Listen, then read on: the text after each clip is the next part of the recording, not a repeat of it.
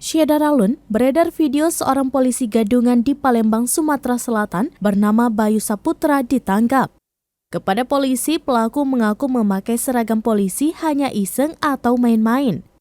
Bayu saat diamankan di Mapolsek Ilir Barat 2 Palembang pada Rabu 5 Oktober 2022, ia mengatakan membeli baju itu dengan harga Rp14.000 di Pasar BJ 16 Ilir dan tidak ada namanya.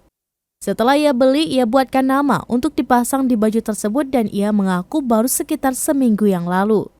Bayu sendiri ditangkap polisi setelah videonya menggunakan seragam polisi berpangkat kombes viral di media sosial. Saat itu, warga yang curiga dengan gerak-geriknya lantas merekam Bayu saat mengendarai sepeda motor. Di kantor polisi, Bayu mengaku seragam tersebut hanya dia pakai untuk main-main saja, bukan untuk melakukan tindakan mengatasnamakan polisi atau tindakan pidana lainnya.